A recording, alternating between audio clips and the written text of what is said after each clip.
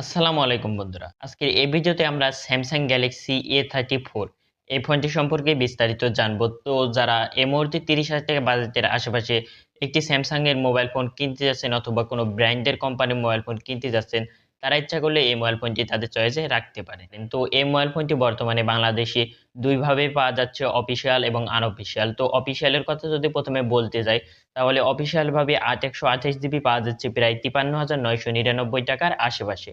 এবং আনঅফিসিয়াল এর যদি কথা বলতে যাই, তাহলে আনঅফিসিয়াল ভাবে ৮ ১২৮ জিবি পাওয়া যাচ্ছে প্রায় ৩১,০০০ টাকার আশেপাশে এবং ৮ ২৫৬ জিবি পাওয়া যাচ্ছে প্রায় ৩৪,০০০ টাকার আশেপাশে। তো বর্তমানের আপডেট প্রাইসটি আপনারা জেনে নেবেন। তো এ বাজেটের মধ্যে এই মোবাইল ফোনটিতে রয়েছে IP67 এর রেটিং, যেটা আমরা একটি প্লাস পয়েন্ট ধরতে পারি।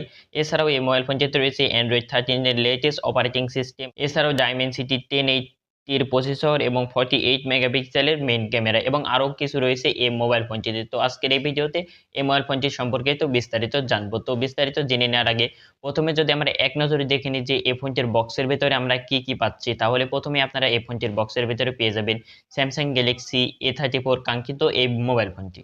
একটি SIM ejector pin, type C cable এবং কিছু ইউজার ম্যানুয়াল, কিন্তু আপনারা বক্সের ভেতরে কোনো প্রকারের চার্জিং অ্যাডাপ্টার পাবেন না, যেটা আমরা বর্তমান সময়ে বেশিরভাগই ব্র্যান্ডের কোম্পানির ক্ষেত্রে চার্জিং অ্যাডাপ্টারটি বক্সের মধ্যে তারা দেয় না। তো যদি আপনারা এই মোবাইল ফোনটি কিনতে চান, তাহলে আপনাদের বাজেটের সাথে চার্জারের যে টাকাটি রয়েছে সেই টাকাটি প্রথমে আপনারা প্লাস করে নেবেন।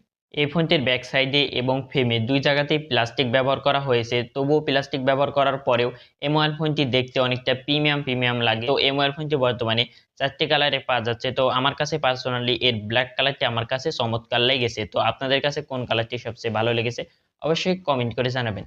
এই ফোনটির থিকনেস হলো 8.2 mm। তো এই মোবাইল ফোনটির থিকনেস 8.2 mm দেওয়া সত্ত্বেও এই মোবাইল ফোনটিতে আপনারা কোনো প্রকারের 3.5 mm জ্যাক বিষয়টি পাবেন না। আর বন্ধুরা, এই মোবাইল ফোনটির ওয়েট হলো ১৯৯ গ্রাম। তো ওভারঅল বলতে গেলে ব্যাক সাইডে যে ডিজাইনটি রয়েছে, ডিজাইনটা আমার কাছে পার্সোনালি চমৎকার লেগেছে। কিন্তু এই মোবাইল ফোনটির ব্যাক সাইডের ডিজাইনটি সুন্দর হলেও এই মোবাইল ফোনটির ডিজাইনের দিক দিয়ে আপনাদের কাছে যে বিষয়টি খারাপ লাগবে সেটি হলো এই মোবাইল ফোনের ফ্রন্ট সাইডের ডিজাইনটি। কারণ বন্ধুরা, এই মোবাইল ফোনটিতে রয়েছে ইউ শেপ ডিসপ্লে। তো এটার জন্য অনেকেই এই মোবাইল ফোনটির ডিজাইনটি অনেকের কাছেই খারাপ লাগতে পারে। তো ডিজাইনটির বিষয়টি সম্পূর্ণটাই নির্ভর করে যে কার কাছে কেমন ডিজাইন পছন্দ। কিন্তু বন্ধুরা, এই মোবাইল ফোনটির ডিসপ্লে ইউ শেপ নচ দেওয়া থাকলেও এই মোবাইল ফোনটির ডিসপ্লের ভেতরে যে সকল বিষয়গুলো থাকছে সে সকল বিষয়গুলো আমার কাছে পার্সোনালি চমৎকার লেগেছে। এই মোবাইল ফোনটিতে রয়েছে 6.6 ইঞ্চির একটি ফুল এইচডি প্লাসের ডিসপ্লে, যেটা হলো একটি অ্যামোলেড ডিসপ্লে এবং তার সাথে রয়েছে 120 হার্টজের হাই রিফ্রেশ রেট এবং এই মোবাইল ফোনটির ডিসপ্লে রেজলিউশন হলো 1080x2340 পিক্সেল এবং এই মোবাইল ফোনটিতে রয়েছে 1000 নিটস পিক ব্রাইটনেস, যেটা একটি স্মার্টফোনের জন্য আমরা যথেষ্ট বলতে পারি। এই মোবাইল ফোনটি যখন আপনারা আউটডোরে ব্যবহার করতে যাবেন, তখন আপনারা কোনো ধরনের ডিসপ্লে ব্রাইটনেস জনিত ইস্যু দেখতে পাবেন না। আপনারা আউটডোরে এই মোবাইল ফোনটি একদম ক্লিয়ারলি ব্যবহার করতে পারবেন। এছাড়াও বন্ধুরা, এই মোবাইল ফোনটির ডিসপ্লের প্রোটেকশনের জন্য থাকছে কর্নিং গরিলা গ্লাস 5 এর প্রোটেকশন, আর এই মোবাইল ফোনটিতে রয়েছে একটি অপটিক্যাল ফিঙ্গারপ্রিন্ট সেন্সর। ওভারঅল এই মোবাইল ফোনটির যদি ডিসপ্লে নিয়ে কথা বলতে যাই যে এই মোবাইল ফোনটির ডিসপ্লের কালারগুলো আসলে কেমন দিচ্ছে, তো আমার কাছে এই মোবাইল ফোনটির ডিসপ্লের কালারগুলো আমার কাছে চমৎকার লেগেছে, যেহেতু এখানে একটি অ্যামোলেড ডিসপ্লে ব্যবহার করা হয়েছে। তাছাড়াও বন্ধুরা, আপনারা সকলেই জানেন যে আসলে স্যামসাং এর ডিসপ্লের ব্রাইটনেস এবং ডিসপ্লের ভিডিও কোয়ালিটির কন্টেন্টগুলো আসলে কেমন হয়ে থাকে। তো আপনারা যারা রিসেন্টলি স্যামসাং এর মোবাইল ফোন ইউজ করেছেন অথবা স্যামসাং এর ফোনে আপনারা ভিডিও দেখেছেন, তারা আসলে ভালো করে বুঝতে পারবেন যে আসলে এই মোবাইল ফোনটির ডিসপ্লের দিক দিয়ে আপনারা আসলে কেমন পাবেন। তো পার্সোনালি যদি আমার মতামত যদি আপনাদেরকে দিই, তাহলে এই মোবাইল ফোনটির ডিসপ্লের কন্টেন্ট ওয়াচিং এক্সপিরিয়েন্স আমার কাছে দুর্দান্ত লেগেছে। দেন যদি বন্ধুরা আমরা এই মোবাইল ফোনটির প্রসেসর নিয়ে কথা বলতে চাই, তাহলে এই মোবাইল ফোনটিতে প্রসেসর হিসেবে ব্যবহার করা হয়েছে MediaTek Dimensity 1080, যেটা হলো 6nm বেসড একটি প্রসেসর এবং এই মোবাইল ফোনটিতে রয়েছে UFS 2.2 স্টোরেজ টাইপ এবং LPDDR4X হলো এই ফোনটির র্যাম টাইপ। এছাড়াও বন্ধুরা, এই মোবাইল ফোনটিতে রয়েছে অ্যান্ড্রয়েডের লেটেস্ট ভার্সন Android 13 এবং রয়েছে তার সাথে One UI 5।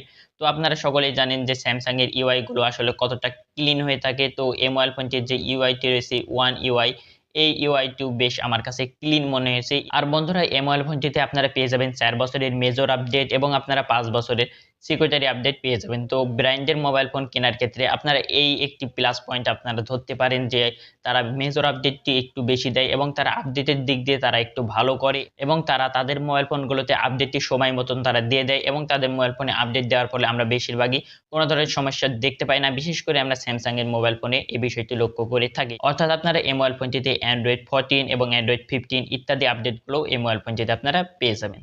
আর এই মোবাইল ফোনটি যদি অ্যাপ ওপেনিং ক্লোজিং টাইম নিয়ে কথা বলতে চাই, তাহলে অ্যাপ ওপেনিং ক্লোজিং টাইম ইত্যাদিগুলো আমার কাছে ভালোই লেগেছে। এছাড়াও আপনারা এই মোবাইল ফোনটিতে এট এ টাইম যদি আপনারা 4টি যদি অ্যাপ যদি ব্যাকগ্রাউন্ডে রান করেন তাহলে আপনারা কোনো ধরনের সমস্যা দেখতে পাবেন না। কিন্তু বন্ধুরা এই মোবাইল ফোনটিতে যদি অনেকগুলো অ্যাপ যদি ব্যাকগ্রাউন্ডে ব্যবহার করতে চান তাহলে একটু আপনাদের কাছে সমস্যা হতে পারে।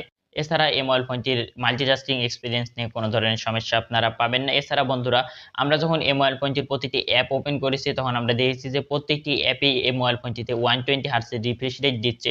শুধুমাত্র যে ক্যামেরা অ্যাপটি রয়েছে সেখানে আমরা 60 হার্টজের রিফ্রেশ রেট পেয়েছি, কিন্তু যখন আমরা গ্যালারিতে গিয়ে ছবি স্ক্রল করতে থাকি তখন আমরা সেখানে 120 হার্টজের রিফ্রেশ রেট পেয়েছি।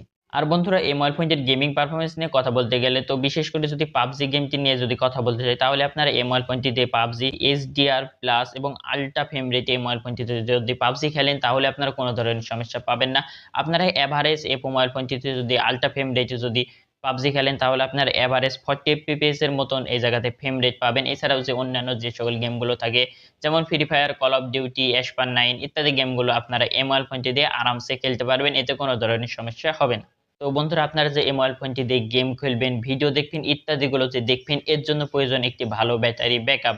আর বন্ধুরা এই মোবাইল ফোনটিতে ব্যাটারি হিসেবে ব্যবহার করা হয়েছে 5000 এমএএইচ এর ব্যাটারি। তার সাথে এই মোবাইল ফোনটিতে সাপোর্ট রয়েছে 25 ওয়াটের চার্জিং সাপোর্ট। তো আপনারা সকলেই জানেন যে এই মোবাইল ফোনটির বক্সের ভেতরে আপনারা কোনো ধরনের চার্জিং অ্যাডাপ্টার পাবেন না। তাই জন্য আপনারা এই মোবাইল ফোনটি কেনার সময় একটি চার্জিং অ্যাডাপ্টারও আপনাদেরকে কিনে নিতে হবে। তো ওভারঅল যদি ফোনটির ব্যাটারি ব্যাকআপ নিয়ে কথা বলতে যাই তাহলে আপনারা এই মোবাইল ফোনটি যদি বেসিক ইউজ করেন তাহলে আপনার 1 দিনের প্লাস এই জায়গাতে ব্যাটারি ব্যাকআপ পেয়ে যাবেন এবং যদি আপনারা হেভি ইউজ করেন তাও আপনারা এখান থেকে একটি ভালো ধরনের ব্যাটারি ব্যাকআপ পেয়ে যাবেন। দেন বন্ধুরা সর্বশেষ তো আমরা এই মোবাইল ফোনটির প্রায় সকল বিষয়গুলোই জেনে নিলাম শুধুমাত্র ক্যামেরাকে বাদ দিয়ে। তো এখন যদি আমরা এই ফোনটির ক্যামেরা নিয়ে কথা বলতে যাই তাহলে এই ফোনটির মেন ক্যামেরাতে রয়েছে 48 মেগাপিক্সেলের মেন ক্যামেরা উইথ ওআইএস। তার সাথে রয়েছে একটি 8 মেগাপিক্সেলের আলট্রা ওয়াইড ক্যামেরা। তার সাথে রয়েছে 5 মেগাপিক্সেলের একটি ম্যাক্রো ক্যামেরা। তো বন্ধুরা আপনারা এই মোবাইল ফোনটির ক্যামেরার দিক দিয়ে যে সকল বিষয়গুলো পাবেন বা আমার মনে হয় না যে বর্তমান সময়ে আপনারা এই সকল বিষয়গুলো অন্যান্য ব্র্যান্ডের কোম্পানি মোবাইল ফোনগুলোতে পাবেন এই বাজেটের মধ্য থেকে। তো এই মোবাইল ফোনটিতে যে আলট্রা ওয়াইড ক্যামেরাটি দিচ্ছে এটা আমরা একটি প্লাস পয়েন্ট ধরতে পারি, কারণ আমরা বর্তমান সময়ে 30 থেকে 35 হাজার টাকা বাজেটের আশেপাশেও বর্তমান সময়ে একটি আলট্রা ওয়াইড ক্যামেরা আমরা বর্তমান সময়ে দেখতে পাই না বা আমরা সেটি মিস করে থাকি। এছাড়া বন্ধুরা এই জায়গাতে 2 মেগাপিক্সেলের ম্যাক্রো ক্যামেরা দেওয়ার জায়গায় তারা 5 মেগাপিক্সেলের ম্যাক্রো ক্যামেরা দিয়েছে। তো ওভারঅল বলতে গেলে ফোনটির ক্যামেরা কোয়ালিটি বা ছবি কোয়ালিটির দিক দিয়ে আপনারা একটি বেটার রেজাল্ট পাবেন এই বাজেটের মধ্যে। এছাড়া বন্ধুরা আপনারা এই মোবাইল ফোনটির ক্যামেরা দিয়ে সর্বোচ্চ 4K এবং 30 fps এ ভিডিও শুটিং করতে পারবেন এবং 4K 30 fps এ যখন ভিডিও শুটিং করবেন তখন আপনারা ইআইএস এর সাপোর্ট পাবেন না এবং যদি আপনারা ইআইএস দিয়ে যদি ভিডিও শুটিং করতে চান তাহলে আপনাদেরকে 1080 দিয়ে আপনাদেরকে ভিডিও শুটিং করতে হবে, তাহলে আপনারা ইআইএস এর সাপোর্ট পেয়ে যাবেন এবং আপনারা এখান থেকে একটি স্টেবল ভিডিও ফুটেজ পেয়ে যাবেন। এছাড়া বন্ধুরা এই মোবাইল ফোনটি সেলফি ক্যামেরাতে রয়েছে 13 মেগাপিক্সেলের সেলফি ক্যামেরা এবং আপনারা সেলফি ক্যামেরা দিয়েও সর্বোচ্চ 4K এবং 30 fps এ ভিডিও শুটিং করতে পারবেন, এতে কোনো ধরনের সমস্যা হবে না। দেন বন্ধুরা আমরা যে ফোনটির কানেক্টিভিটি নিয়ে কথা বলতে চাই তাহলে এই মোবাইল ফোনটিতে ওয়াইফাই, ব্লুটুথ, এনএফসি সকল বিষয়গুলো সাপোর্ট থাকলেও এই মোবাইল ফোনটিতে আপনারা এফএম রেডিও সাপোর্ট পাবেন না, যেটা আপনারা সকলেই জানেন যে এই মোবাইল ফোনটিতে 3.5 জ্যাক এই বিষয়টি নেই। তো এই বিষয়টি যদি না দেওয়া থাকে তাহলে আপনারা এফএম রেডিও সাপোর্ট কিভাবে পাবেন এটা আপনারাই বলেন। আর ফোনটির সাউন্ড কোয়ালিটি নিয়ে কথা বলতে গেলে এই মোবাইল ফোনটিতে রয়েছে স্টুডিও স্পিকার। তো ওভারঅল ফোনটির সাউন্ড কোয়ালিটি আমার কাছে ভালো লেগেছে, তো এটা আমরা সাউন্ড কোয়ালিটির দিক দিয়ে ভালো বলতে পারি। তো ওভারঅল বন্ধুরা আমরা তো এই মোবাইল ফোনটির সকল বিষয়গুলো জেনে নিলাম, ভালো দিক খারাপ দিক সকল বিষয়গুলোই। তো এক নজরে যদি ফোনটির খারাপ দিক নিয়ে কথা বলতে চাই তাহলে এই মোবাইল ফোনটির খারাপ দিক হিসেবে আমার কাছে একটি খারাপ দিক লেগেছে, সেটি হলো ডিসপ্লের ইউ শেপ ডিসপ্লে এবং যে ফোনটির যে চারিদিকে সিন এবং বেজেলগুলো রয়েছে সেটাও আমার কাছে তুলনামূলক একটু বেশিই লেগেছে। তো এটা আসলে নিজের ব্যাপার যে আপনাদেরকে আসলে এই বিষয়টি আসলে কেমন লেগেছে। তো ডিজাইনটি সম্পূর্ণটাই নির্ভর করে যে কার কাছে কোন ধরনের ডিজাইনটি বিশেষ করে ভালো লাগে। এছাড়াও বন্ধুরা এই মোবাইল ফোনটিতে অনেকগুলো ভালো দিক রয়েছে, সেগুলোর মধ্যে অন্যতম হলো IP67 এর রেটিং রয়েছে।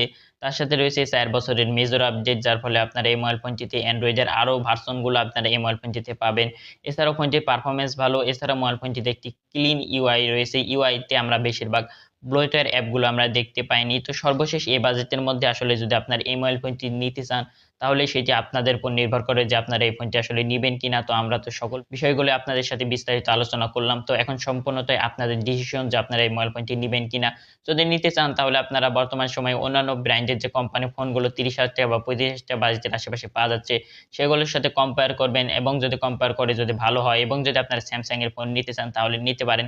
তো বন্ধুরা, সর্বশেষে আমাদের এই ভিডিওটি আপনাদেরকে কেমন লাগলো অবশ্যই কমেন্ট করে জানাবেন এবং বন্ধুরা, প্রতিনিয়ত এরকম ভিডিও দেখতে আমাদের চ্যানেলটি সাবস্ক্রাইব করে আমাদের পাশে থাকবেন। তো দেখা হচ্ছে পরবর্তী কোনো ভিডিওতে। ততক্ষণ পর্যন্ত ভালো থাকবেন, সুস্থ থাকবেন। আল্লাহ হাফেজ।